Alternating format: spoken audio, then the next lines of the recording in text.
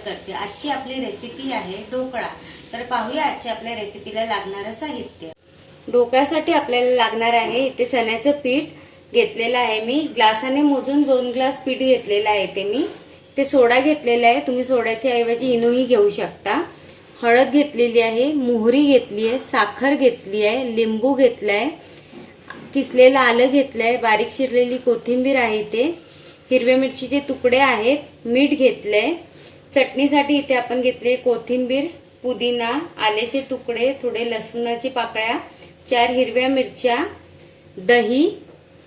चला तर मग आता आपण रेसिपीला सुरुवात करूया। इथे स्टीमर मध्ये मी पाणी गरम करायला ठेवलेलं आहे। या ग्लासामध्ये मी अर्धा ग्लास पाणी घेतलेलं आहे। याच्यात मी 2 ते 3 चमचे साखर टाकणार आहे, कारण ढोकळा जरा आंबट गोड असाच असतो म्हणून साखर टाकायची आहे आपल्याला। मीठ घालणार आहे अर्धा चमचा, आणि हा जो लिंबू आहे हा आपण पिळून घेणार आहोत त्याच्यात। मी सांगते त्याप्रमाणे तुम्ही जर ढोकळा केला तर तुमचा ढोकळा अगदी छान होईल, चविष्टही लागेल आणि छान फुलूनही येईल हा ढोकळा। इथे मी 1 लिंबू छान पिळून घेतलेला आहे या पाण्यामध्ये, तुम्ही पाहू शकता।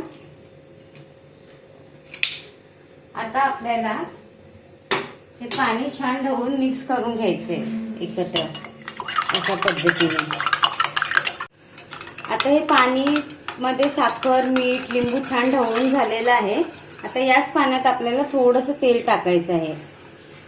तेल याच्यासाठी टाकायचं आहे की ढोकळा आपला ड्राय होऊ नये म्हणून आपल्याला याच्यात तेल टाकायचं आहे। हे तेलही याच्यात छान मिक्स करून घ्यायचं असं हाताच्या साहाय्याने मस्तपैकी। आता याच्यानंतर ते ढोकळ्याचं पीठ घ्यायचं आहे। पीठ बघा तुम्ही मी कसं ढवळते त्याप्रमाणे पाणी टाकून ढवळत राहायचं आहे हळूहळू करून। आणि पाणी आता हे एवढं टाकल्यावर ढवळायचं आहे छानपैकी, आणि कमी पडलं तर पाणी आपल्याला थोडंसं अजून टाकायचं आहे याच्यात। ढवळत राहूया, बघूया कितपत हे तयार होतंय पीठ। कमी पडलं तर आपण ह्याच्यात थोडंसं पाणी टाकूया अजून। तुम्ही हे बघू शकता की मी पीठ कशा पद्धतीने ढवळते, अशा पद्धतीने ढवळायचं आहे जेणेकरून ह्याच्यात गुठळ्या राहू नये। तुम्ही पाहू शकता इथे छान आपलं बॅटर तयार झालंय। याच्यात थोडं पाणी कमी पडतंय म्हणून मी याच्यात पाणी टाकते थोडंसं अजून। तुम्ही ढवळून घ्यायचे, बघायचे कितपत पाणी लागते तेवढंच पाणी टाकायचं, अगदी पटकन जास्त पाणी टाकायचं नाही याच्यात। तुम्ही पाहू शकता इथे आपल्या ढोकळ्याचा बॅटर किती छान पद्धतीने तयार झालेला आहे। हा आपल्याला एवढं असंच हवं आहे, जास्त पातळ नाही आणि जास्त घट्टही नाही। आता याच्यात आपल्याला जो किसून ठेवलेला आलं आहे ते टाकायचं आहे आपल्याला, आणि हेही छान मिक्स करून घ्यायचंय। आणि तुम्हाला जर मीठ साखर कमी जास्त वाटत असेल तुम्ही तुमच्या अंदाजाने चाखून बघून या पिठाला मग त्याच्यात तुम्ही वाढवू जाऊ शकता, कमी वाटत असेल तर। हे छान असं ढवळून घ्यायचंय। आता हे जे ढोकळा प्लेट्स आहेत याला आपण छानपैकी तेल ग्रीस करून घेणार आहोत व्यवस्थित। अशा पद्धतीने तुम्हाला हे सगळ्याकडे तेल लावून घ्यायचंय। हे जे आता ढोकळ्याचं बॅटर आपलं तयार झालेलं आहे याला मी 2 पोर्शन मध्ये डिवाइड करते, कारण की ह्याला हे जे ढोकळ्याचं पीठ आहे मी 2 प्लेटच्या हिशोबाने बनवलेलं आहे। तर आपण 2 ग्लास मोजून पीठ घेतलेलं आहे ते त्याच्या हिशोबानेच आपल्याला याच्यात हे पीठ काढून घ्यायचंय।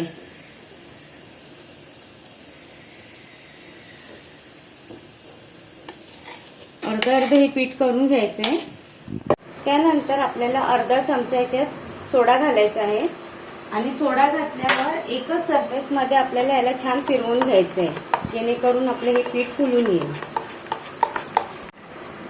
हे जे पीठ आता फुलून आलेलं आहे याच्यात मी आता हळद घालते। हळद मी आधी घातली नव्हती कारण ते लालसर पडतं पीठ म्हणून। आता आपण ह्याच्यात हळद घातली थोडीशी, आणि हे छान असं परत ढवळून घ्यायचं एकत्र।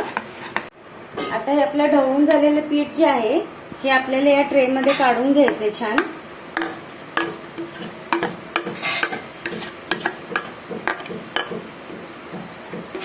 अशा पद्धतीने सगळं पीठ याच्यात आपल्याला काढायचं आहे।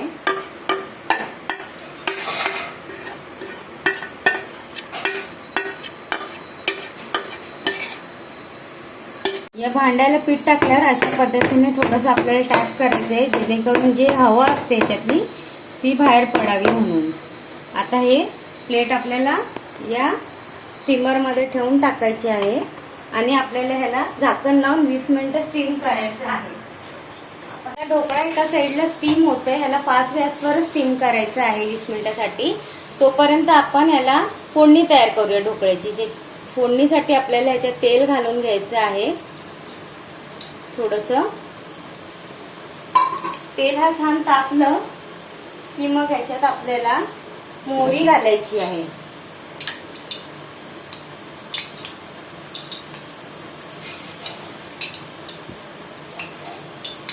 आता ह्याच्यात आपल्याला मोहरी घालून घ्यायची आहे.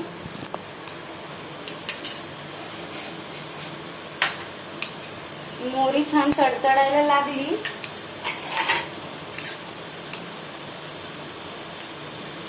बघू शकता, मोहरी अशी फुलते छानपैकी.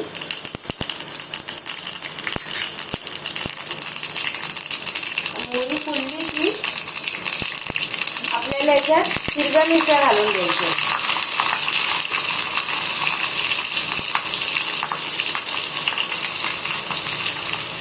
या हिरव्या मिरच्या पण छान याच्यात मिक्स झाल्या ना फोडणीत की ह्याच्यात आपल्याला पाणी घालायचंय.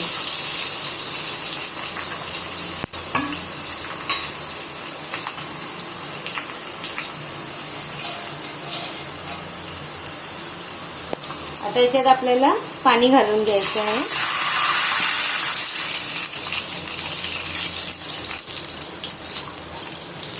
एवढं पाणी मी पाव ग्लास पाणी घातलेलं आहे.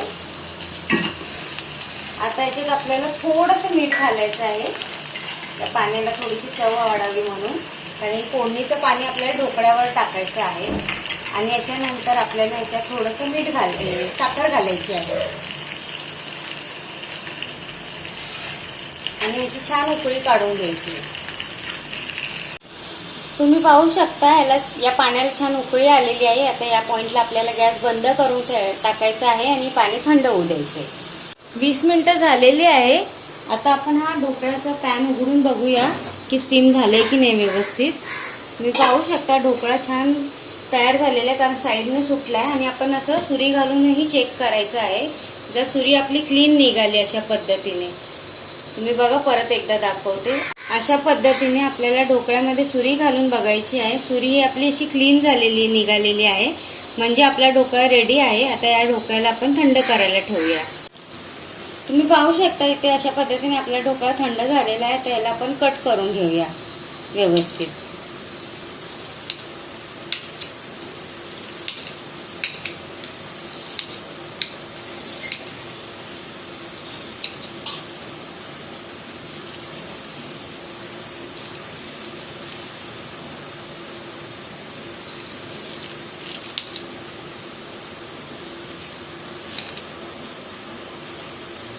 आपला ढोकळा कट करून झालेला आहे. आता आपल्याला ह्याच्यावर जी मगाची फोडणी केलेली पाणी तयार केलेलं ते टाकायचं आहे आपल्याला, मोहरीचं आणि साखर मिठाचं. अशा पद्धतीने सगळ्या ढोकळ्यावर हे पाणी टाकायचं आहे.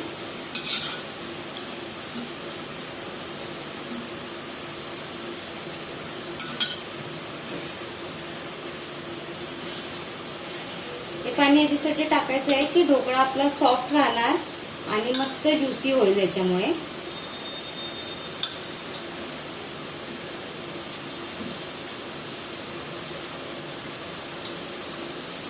तुम्ही पाहू शकता आपलं पाणी सगळं टाकून झालेलं आहे व्यवस्थित. आता याच्यावर आपण थोडीशी कोथिंबीर टाकूया.